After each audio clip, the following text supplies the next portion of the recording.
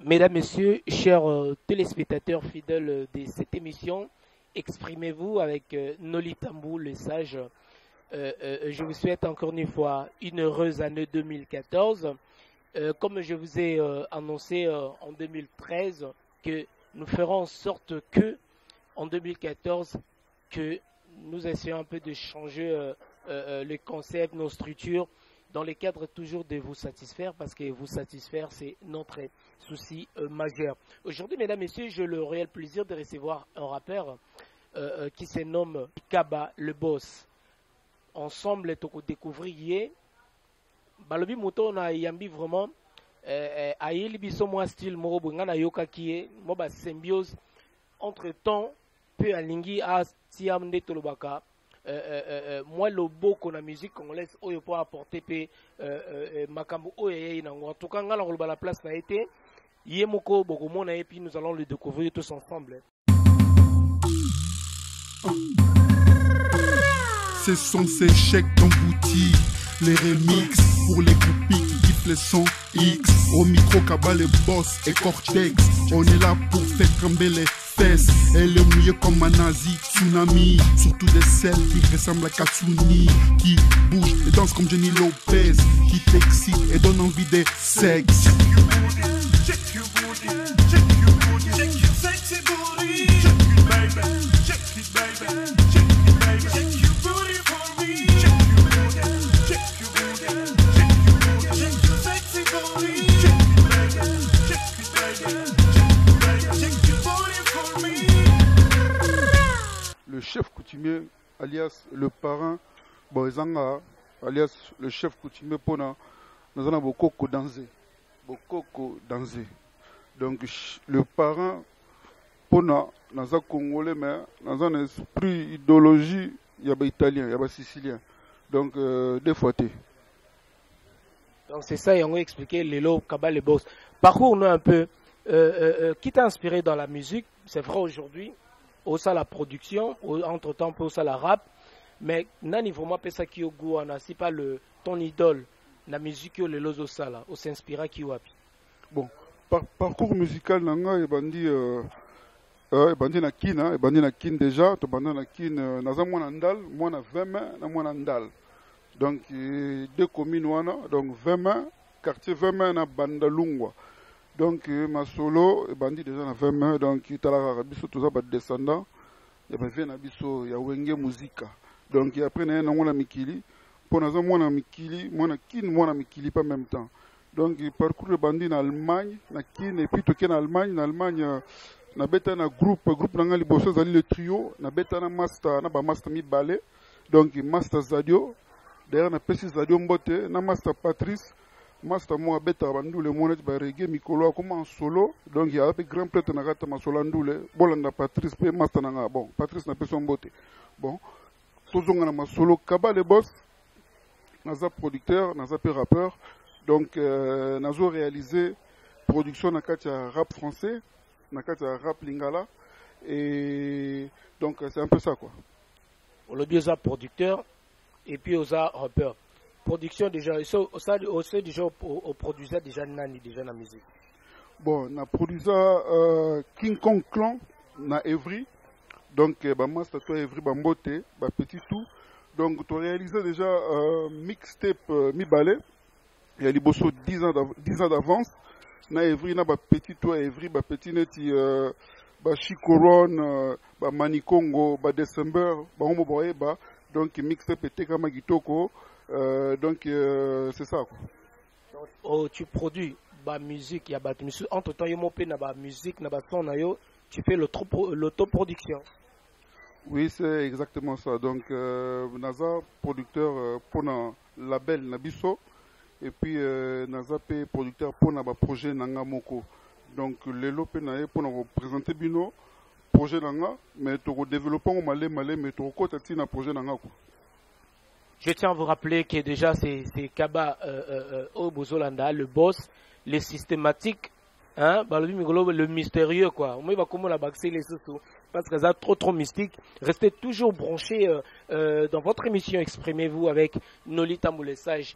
avec mon réalisateur, pas comme les autres, Roger Smith, Lobo kwa Mama, Nabo Sainte Babi, Patou Kenge, le Kaiser, Babi Fabrice Mbemba à Toulouse, hein, Fabrice Mbemba, Alta Moda, 3 fois sommet, Karine, hein, Tobo Sanité, donc Boza toujours, et Belé Ouana, donc à travers cette émission de nous regarder.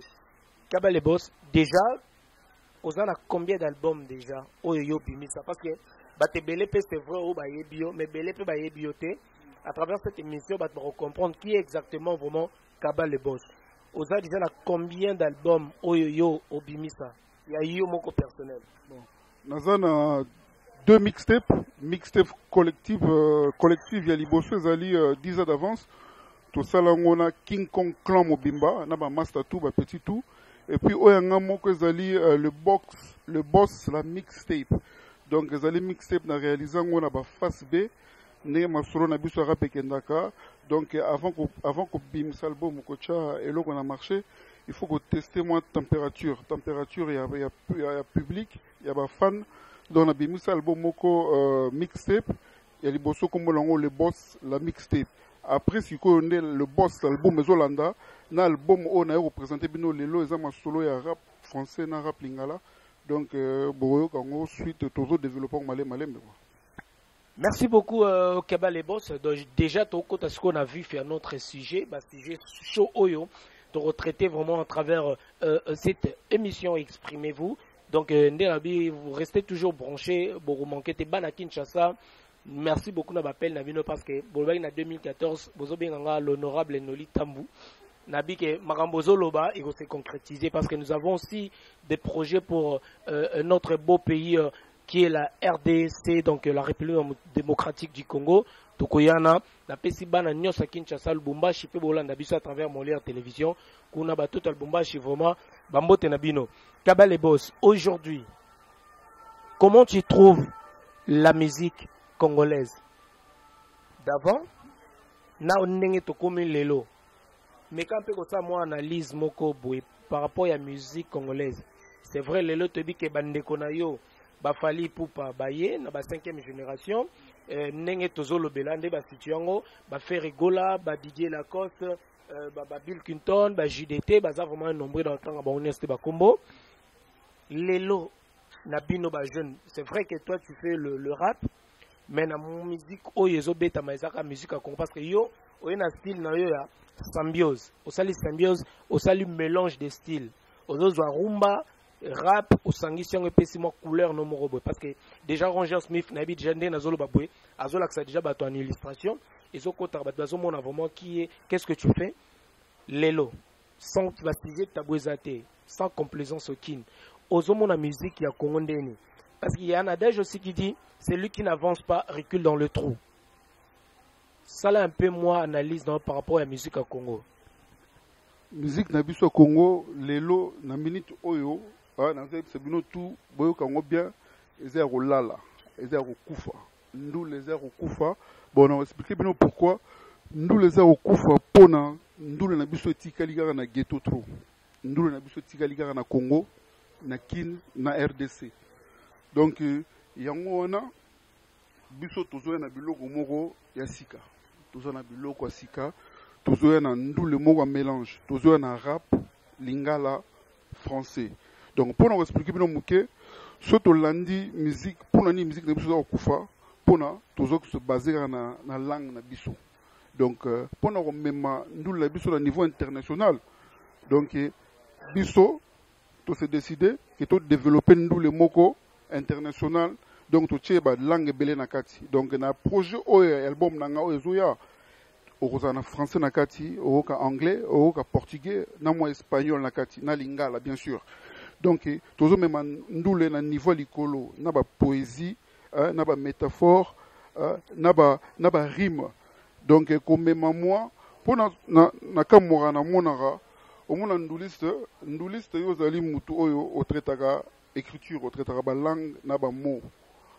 Donc na mona ba nduliste msusu. J'ai vu des gens, na moins de pote msusu, ba master msusu, azana difficulté à aligner 2, 3, 4 phrases. Les aguna lingala, les aguna français, nous n'en parlons même pas. Donc yango toye sikoyo na idéologie sika, yako mema hein, et l'eau moka sika mais na développer bien donc malé. Mais biso to lobi awa, c'est vrai aujourd'hui moi échange culturel wana, c'est vrai que ça la bien, mais tout le monde a peu na batang le défunt Taboulay Rochereau père son âme na batang na bango tout le monde qui kaka na lingala mais bazobeta ba Zénith bazobeta ba Olympia babeta ba sala minene. Aujourd'hui, qu'est-ce que fait vraiment que la musique ndenge bino les artistes na bat musu balobake musique ils ont vraiment évolué. C'est là tu viens en Europe quand même, aux hommes l'évolution, il y a des artistes misusu, il y a des misusu bazako émerger misara projet mokonde bolba en arabe, projet moko mon est cartonné puis on a commercé millions. Mais pourquoi nos artistes aujourd'hui n'arrivent pas vraiment il y a quoi atteindre ba niveau là? Ils ont problème à langue ou bien ils ont problème il y a manque d'organisation. Donc c'est un peu de tout hein, ils ont un peu nyo surtout. Donc ba master ebele baza souboul. Donc, nous avons lobby que les vieux, les vieux ba vieux Franco, ba Norbeta, ba Zénith, ba Salamine na Mikili, mais le monde évolue. Donc, le monde évolue, tout ça sous na ba année soki ndenge nini. Donc, tu vois, 2000, 2014 en plus. Donc, le monde évolue. Donc, le monde est comme un petit village. Donc, le logo aux avions, na 12 heures au Kiti, ou en Chine. Aux avions, aux États-Unis. Donc, nous, le peu comme bon Internet et Bima. Donc, rapidité d'information et quota. Donc, il y a un pour nous attirer, pour captiver, pour nous occuper moins espace dans le monde, il faut que nous multiculturel. Donc, il faut qu'on mélange. Il y a un style, il y a un mélange d'idéologie. Donc, c'est-à-dire, il y a une abonnés, on a compris bien. Pour les artistes congolais, ça la fuite, na bango na ba artistes étrangers. Mais pourquoi pas? Pourquoi pas? Pourquoi pas? Ça, c'est une bonne chose. Parce que quand on travaille, on a aimé toujours ma richesse. Sur les autres, travailler un artiste, alors, là, il y a un univers, il y a un donc, et là, c'est important, il y a un donc, il faut que nous le nabiso, tout ce qui est ghetto, tout ce qui est nous le nabiso, qu'on finit au niveau international, on a la capacité, on est le Grand Congo, donc biso muto sala nous on en Afrique zala. Donc les lots de comme qu'on perd dans le talaba nigérien, talaba ivoirien, donc bama sous qui dit baba sous qui oh talaba bango le lot bazo les cascaïro, bango les génération bisoté bisondu la bisoté la na banganda. Donc yaya bayaya bobenda bilili bola muka tome mandule liboso. Ya wana expliquer bilo que idéologie na ngazali kaba le boss. Donc, nous avons boss de Binotou parce que nous avons ben la boule qu'on les Binotou, nous avons boss de Binotou, 5e génération Mobimba. Noli le sage tangi ba kombo mo awa, na oki ba kombo mo roboué, na développer Noli. Mais développer, c'est pas ça pour que bon appelle ça exemple mon abi, Lelo tangi mamba fit, ton moni c'est vrai, l'artiste Fali Poupa Lelo, na azana esprit ano lobby ya rosinga rosala ba fit pas ko singa mais aza sollicité pour na ba fuite, il est pas aussi plus à demander ba fuite. Excusez-moi, olobinani comment Fali Poupa. Nani, Liputa? Fali Poupa. Ah, Liputa. Au moins Liputa ndula zo beta, et ndule morobwe, ya mibali yo. Na ebite ya na abela obeza tik pour na mona ya surtout ko ningisa loketo donc on dirait mutala ta Liputa. Donc, ndule na ezana se, il faut amener mango na niveau international, amener mango, mais mandule no na niveau international, et tira mamola ta Liputa, na Liputa, kobina na ti mobala la ta Liputa, parce que bon te, bobiso ta ba tok, ngala za mwana kin, mwana bandal, même mwana evry.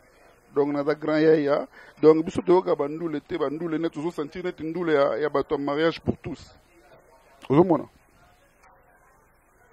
Toujours le pour la musique. Ba fit mais yo koti na mona koti ma msusu mais ngana tunio lelo l'artiste na habité Liputa yo tangi bonga na habité. Mesdames messieurs, le propos tenu dans cette émission n'engage que leurs auteurs.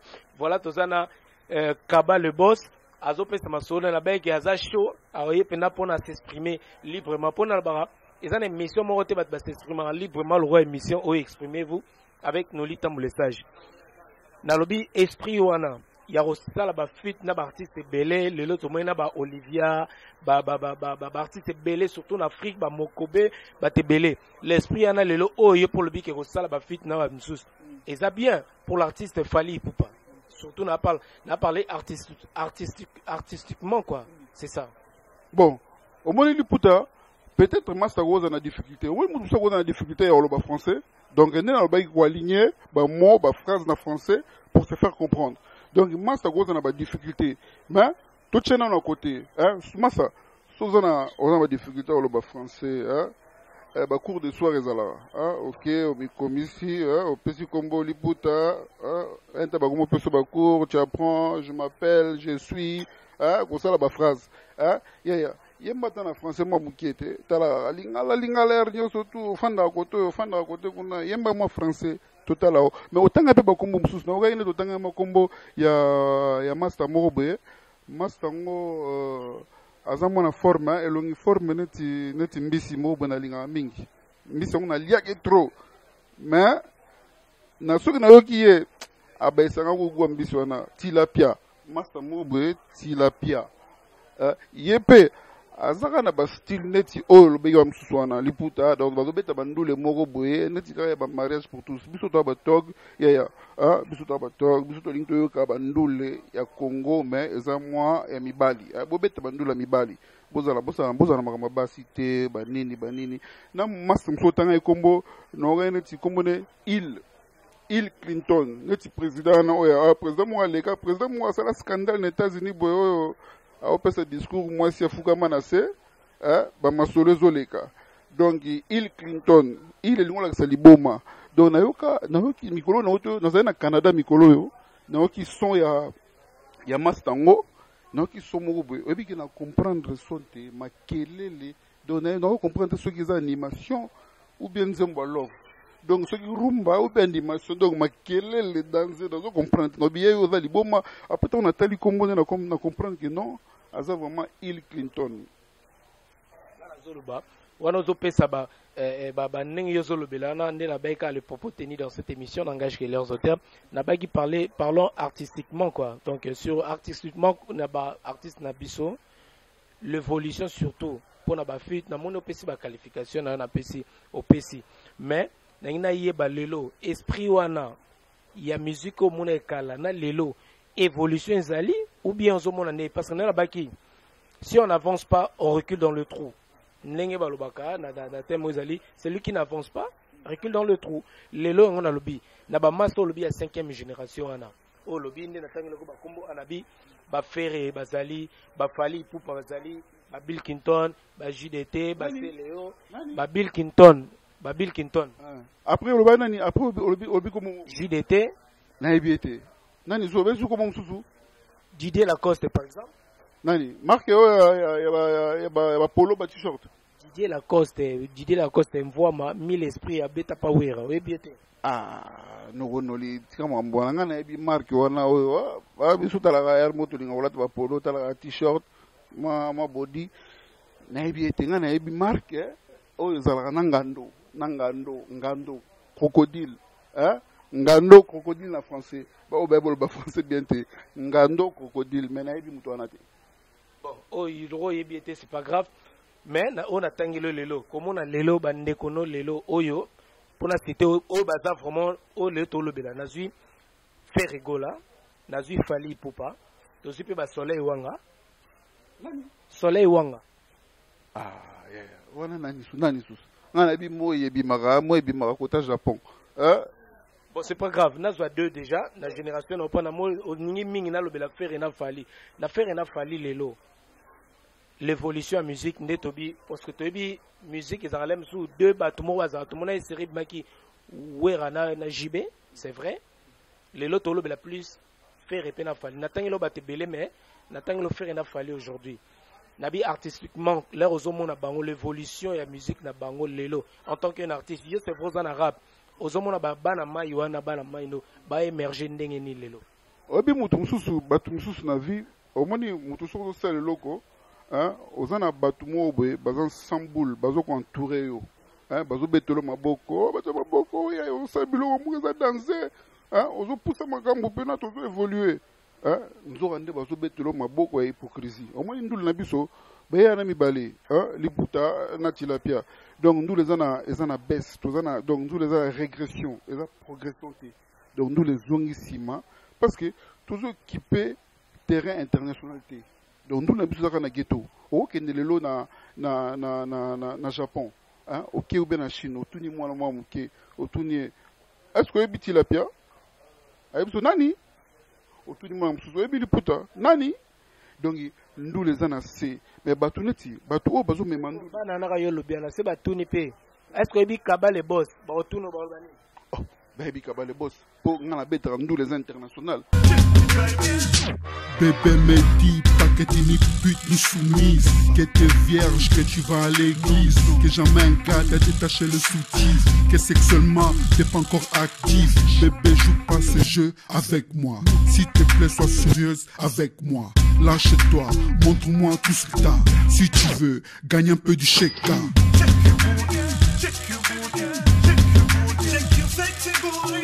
Baby Kaba les boss, ngana zaba master.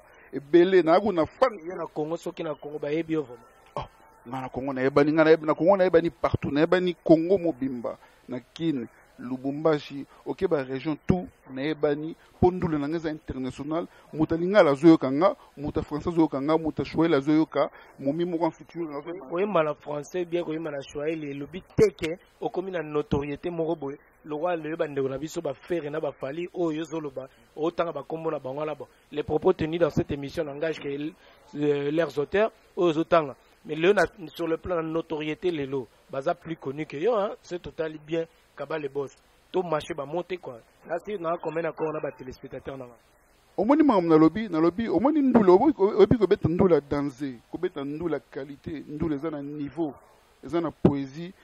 Ezalité que ozala na public moko boye. Donc na biso ke batu moko boye.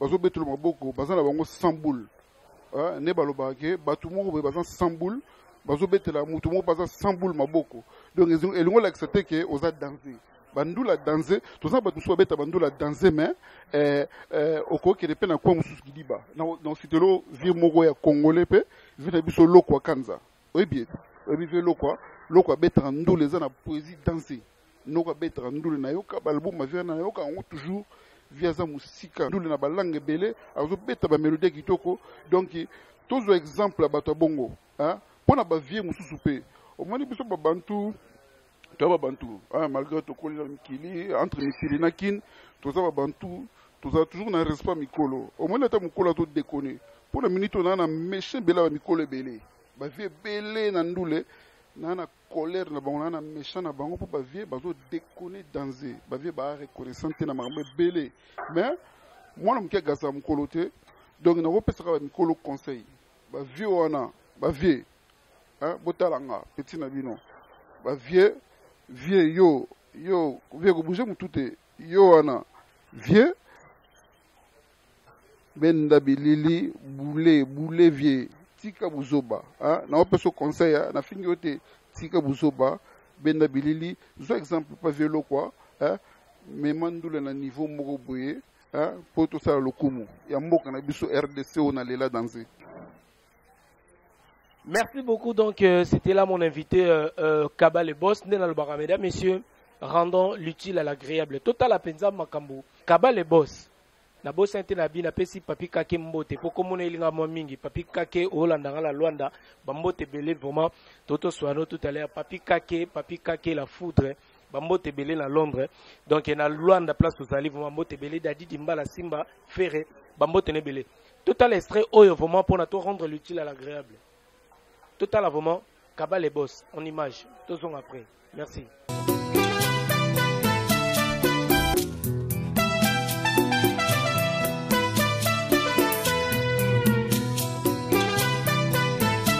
Mélodie, si tu savais le fait que tu me fais, combien ta voix douce me fait kiffer. Mélodie, si tu savais le fait que tu me fais, combien ta voix douce me fait kiffer. Mélodie, si tu savais le fait que tu me fais, combien ta voix douce me fait kiffer. Crois-moi, je pourrais t'écouter tout le temps sans être saoulé. Mélodie, sache que t'es la seule go qui me relaxe, calme mon cerveau. Parce que t'es une fille douce et sensée, qui n'ouvre pas sa bouche pour stresser. Avec des histoires et des questions, casse la tête, fais péter un plan du style. Dis-moi t'es où, pour qui tu comprends à quoi tu joues. Non, toi t'es pas un go parano qui passe la loupe. Chaque mot que j'ai dit, que j'écris, tu me surveilles pas, jour et mélodie. Si tu savais le fait que tu fais, combien ta voix douce me fait kiffer. Me fait kiffer. Mélodie, si tu savais le fait que tu fais, combien ta voix douce me fait kiffer. Me fait kiffer. Mélodie, si tu savais le fait que tu me fais, combien ta voix douce me fait kiffer. Me fait kiffer. Mélodie. Et bien voilà, donc je pense que je sais que donc ces images ont fait plaisir à celui qu'on appelle Sandra Force IA. Hein? Sandra Force, bah, joyeuse année et puis bah, joyeux anniversaire, donc bah, bonne année 2014. Et puis na beau santé balbi Aline K, hein? Aline K, la métier là, Aline K, bambo tenongana et puis Ritani Kapena, hein? Ritani Kapena, balbi moninga ya Aline K. Papi Kaba le boss, aujourd'hui, Théolo Belaka sur le lot évolution de la musique congolaise. Aujourd'hui, il n'y a plus de prestations scéniques sur le plan international en Europe. Est-ce qu'il y a un autre thème qui peut affecter le lot musique congolaise pour le lot évoluer partout comme il est bloqué. Il y a un autre thème qui affecter le lot musique congolaise. Et ça, parmi les blocs qui faut affecter et bloquer l'évolution de la musique congolaise. Au moins, nous scène ou pas. Hein, bah concert ou pas, présence à podium ou pas, musique ils en a baisse pour la raison na cité, dans autre cité, to ba no bandela mamrate, pour la raison de cité. Donc nous les nabis ils en a baisse parce qu'il faut revoir, qu'on revoir makambo belé. Donc pour na nengo lobi que prestation scène exacté, et ça ma solo moko ma solo nga ekotaki moi ma solo belé, hein, ekoti ma solo ya batu oyo ba compatriotes to benga ba combattants. Au moins ba combattants baza batu, baza ba compatriotes yo nanga. Donc c'est des Congolais. Au moins ba tout monde so bazo revendiquer makambo moko boye. Soki bazo lobela ba sujet moko boye. Tozali moko na biso za kombo nango République démocratique du Congo. Donc démocratique du Congo. Donc c'est démocratie. Donc il faut que yo kabaninga total ba faute na biso pour mboka marchera bongo. To ba nini ko revoir ou bien ko bongisa masolo, to ba souci na bango za nini. Et ça batu il faut ko yo kabango tango bazo revendiquer makambo moko boye. Donc il faut ko yo kabango. Donc ngana ko senga hein ba élite na biso mboka ba yo kabango, ba yo keloni balingi ba yo ka masolo na bango. Comme ça tozongisa ndule ndenge ndule ezalaki kala mais tozongisa ntango abi tozongisa ndule buzoba te tozongisa ndule oyo ezali conscient ndule oyo ezali ezali kaka te na masolo ya love ou bien masolo ya ngai forme boye ngai yoshi boye ngai kazamoto boye. Donc wana eza buzoba il faut tozongisa ndule na bathème na fond ndule moko ezali mwana lourdeur oyo eza na bamessage ovéhicule bamessage parce que mboka to etambolaka bongo omoni mboka tu bayaya bazalaka bayuma bazalaka omoni. Donc bayaya mosusu soki maneti bakomi kolia trop bakomi kolekela bato trop bayaya mosusu baraplaka bango à l'ordre neti mikili oyo etambolaka tala bamboka na bango ezotambola bamboka neti bafrance etambolaka bongo lelo soki neti ya président akomo dekone trop donc parti opposition ezali ekozongisa na ntango. Donc akozonga na nzela biso tozana ba système wana wa sentir neti ba système moko boye ndika soki mutu moko alobi bino tu faut botambola bongo. Donc eza bongo te mboka na biso to rappela ngo lisusu ezali République démocratique du Congo. Donc to landa démocratie ko mona ki kandeti ya ndeko Jibe Mpiana aningaka beta na décembre a beta ki souste o ezali ke bandeko ba combattant ba bi ba boyi mamba ba conseil beta masusu awa na poto. Et puis l'artiste Jibe Mpiana voudrait toujours jouer après préfecture de police il y a Paris et quoi annuler concert on a parce qu'on est déjà tension à Nezaki. Moi une pensée moi idée par rapport à ndenge mama le kaki en tant qu'un artiste. Au moins vieux na ngana mwana ndal mwana dekani vieux na biso mais vieux zo déconner trop vieux zo déconner na kuna posa au mwana masala na posa na se lâcher mais tala to ba bantu on comprendre ko gazer mukolo atoza na raison suka bongo lango ko mara faux ndenge to yoza sage no li le sage ngapi naza kaba le boss mais naza pe sage. Donc na web sera vieux bato bele bana ba méchant na yo ngamo pina na méchant na yo mais vie revoir makambo benda bilili vie tika buzoba benda bilili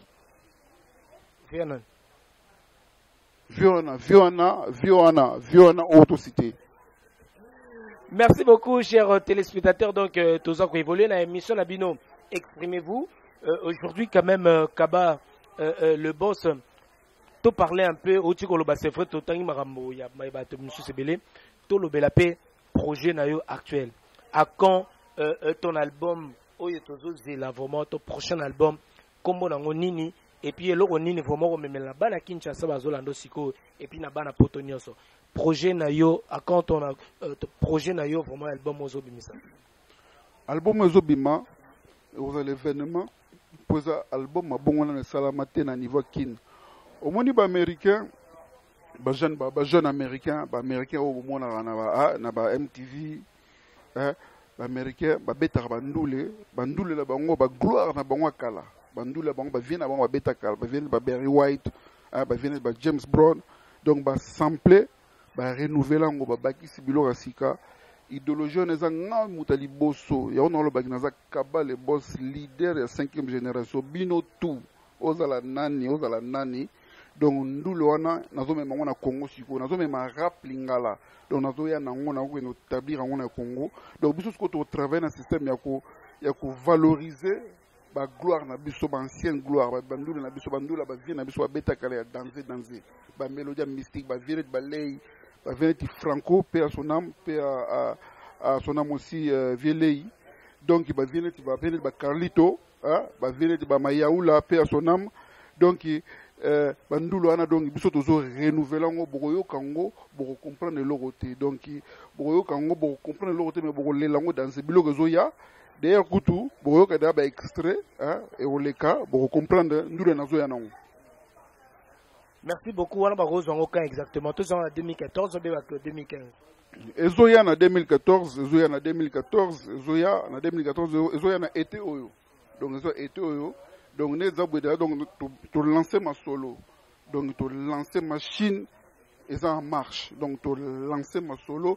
Donc 2014 baroyo ka maman nandu les Zoya, donc nous la danser. Donc nous lango nous la idéologie, nous les avons un message mystique. Ce sont ces chèques d'emboutis, les remix pour les groupies qui kiffent les sons X. Au micro, Kaba, les boss et Cortex.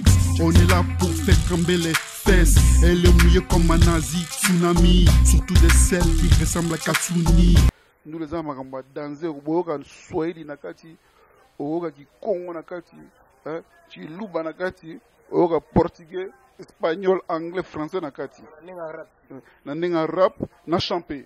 Donc ba morceau aux années, ba morceau aux rebelles. Ça symbiose, on a ça mélange, il y a des styles différents. Et nous sommes vraiment arrivés à la fin de cette interview exclusive. Oh Lelo Tozaki n'a invité Nabiso Kaba le boss. Donc le boss Balobi, il y a la moi mystique, systématique.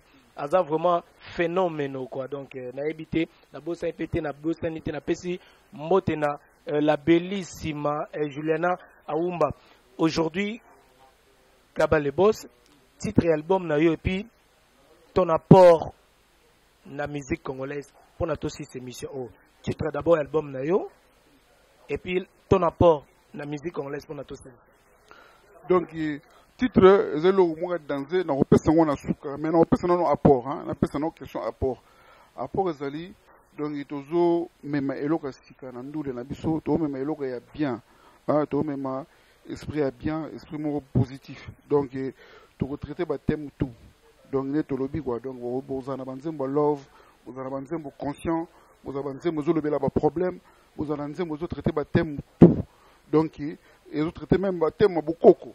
Donc, pour nous, on a beaucoup dansé. Tout ça va bantu. Donc, il y a beaucoup côté. Titre album mango, zali Soukana Moana. Soukana Moana.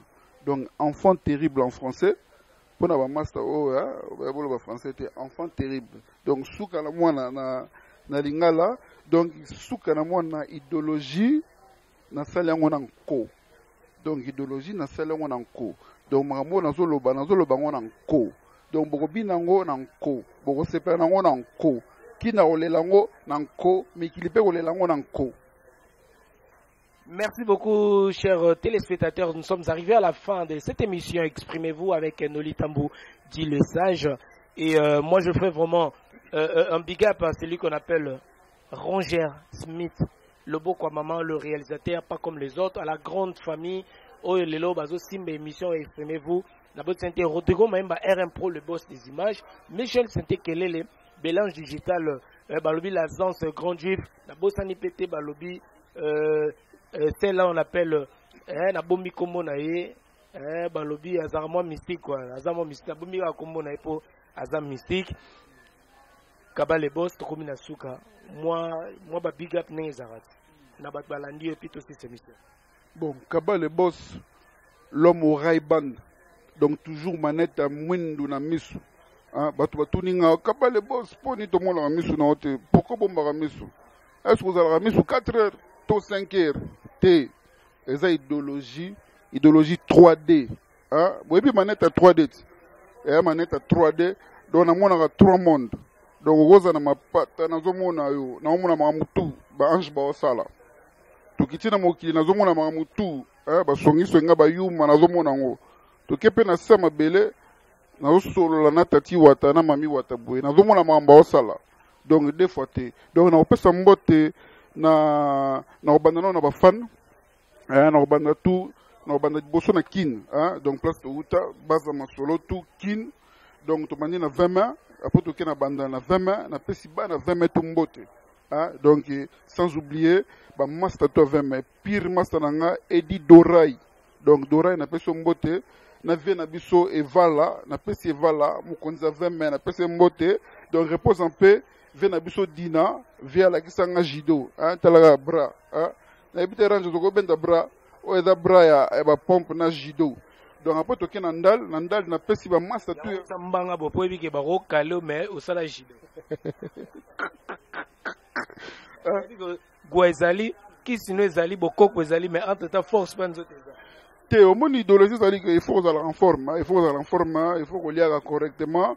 Dieu merci tous en mom qui a relier ya romelara, il faut que ça la moi sport parce que to éviter ba yuma be ba ebele ba yuma balingo lo batro donc yuma keba soto kutani keba bilobela ozana oyo o comprendre donc soto kena na bandal na pesi ba master tu ya bandal mbote na dekani na pesi master na ngai ba master tu ya dekani na pesi ba vienanga na pesi vienanga mon frère Momo Karomo Turbo King na pesi mbote na pesi pe ser nanga Mina Karo ma sœur je t'aime ba bisous donc après na pesi bana kin tu ba mbote na pesi bana Congo tu mbote Kinshasa, Lubumbashi, Matadi, ba grand prêtre tout bana Angola, bana Congo Zabra, toze loko moko eza na oka ebale eza na oka fleuve, mais toze loko moko. Après to mati mikili, na pesi bana to mikili mbote, bana tout, bana Bela, bana Allemagne, Cologne, Cologne mboka na wana za deuxième ville nanga Cologne,